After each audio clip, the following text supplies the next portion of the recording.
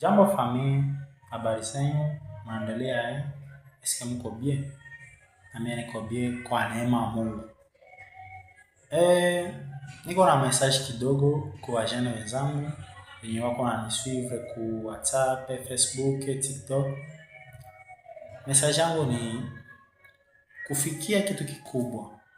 Haiko kusema tu ukuwe na vitu vikubwa. No. Kufikia kitu kikubwa kinaendana na wewe kwanza kisa unajituma. Unaweza kuwa unazaliwa mfamilia yenye hajiweze, hauna connaissance fulani, lakini ukijitia mkichwa wako kitu cha kusema un jour na mimi ndakuwa kama mtu fulani na utakuwa kae.